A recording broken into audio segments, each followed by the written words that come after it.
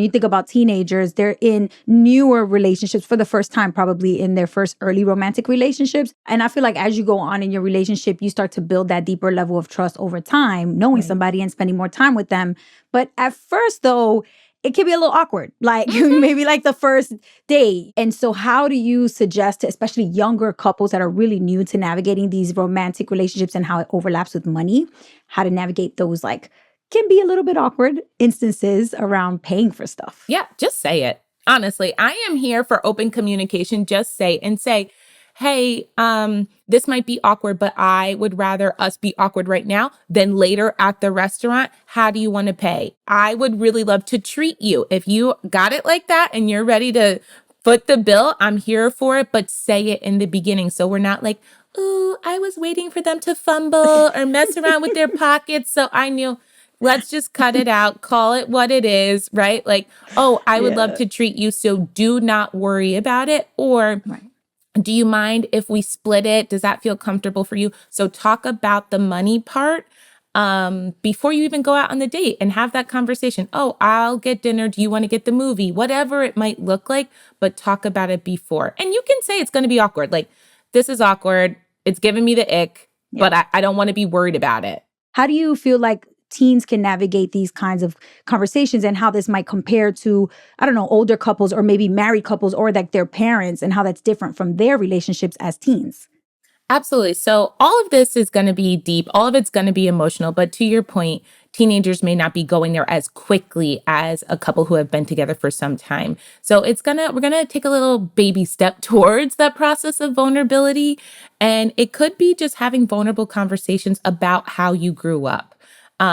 When you're a teenager, your person that you're hanging out with, that you care about, that you might be dating, is also a huge confidant for you. So it's really important to think to yourself, do I feel comfortable being vulnerable with this person? Can I share with them, what I have lived through, good, bad, and the ugly, and know that, hey, I can build this trust with this person, and we're having a good time and we're having fun. That is equally as important as when you're an adult as it is when you're a teenager. So I'm always going to be a champion for honesty. I'm always going to be a champion for getting vulnerable, because as people are growing up and having those conversations, you want to feel practiced. So you want to feel like, hey, I talk to the people I care about money. And that's really hard as an adult. It's really hard when you're a teenager, but it's very, very important.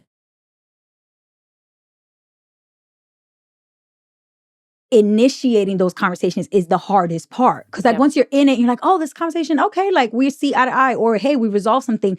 But initiating those conversations can be scary. It can feel really heavy. So what are some like tips that you could give newer to romantic relationships, younger people who are kind of like trying to navigate just starting a conversation? Maybe it's something uncomfortable that happened that they noticed, or something that they just have had on their chest that they haven't been able to get off, and it's related to the money and how it overlaps with their relationship.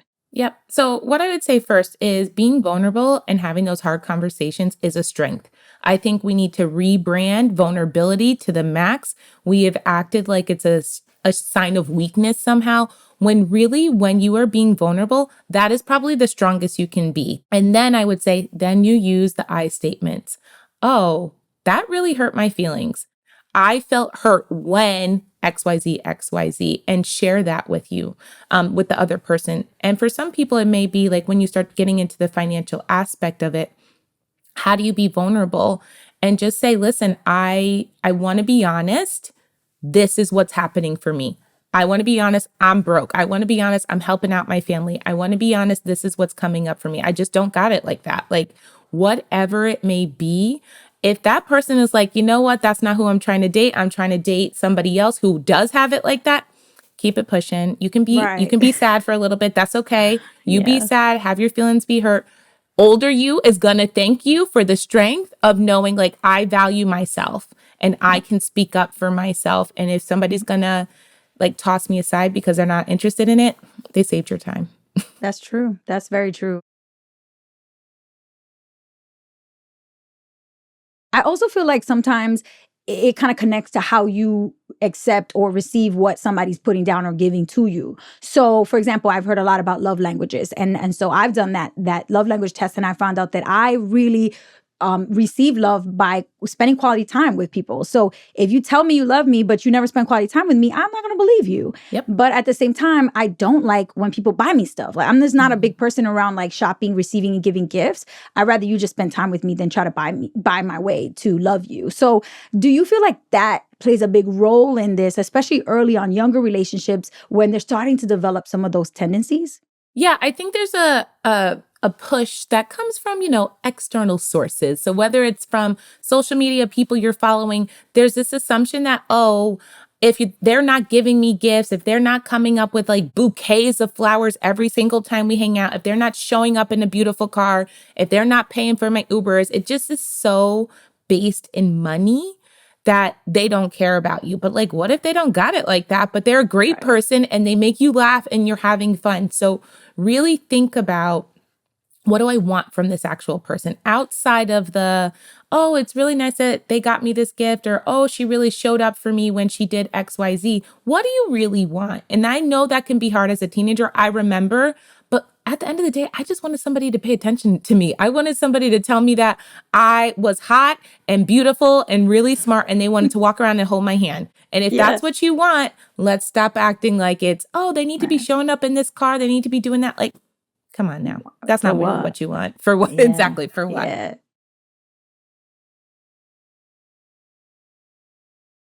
I feel like there was always so much pressure when my crush was around, like to be a certain way or to like spend a certain way. And especially nowadays with social media blowing up, there's even more pressure that money is connected to like your self-esteem. So if somebody is stuck in that mind frame, like how can they shift away from that mindset and move to something that's a little bit more healthy when it comes to the way they think about money and their relationships?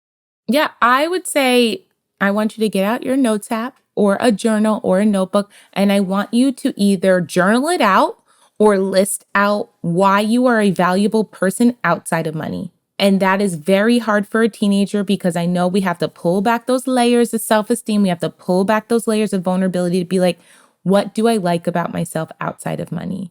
And if the answer is nothing, and for some people it may be nothing, then go ask your best friend.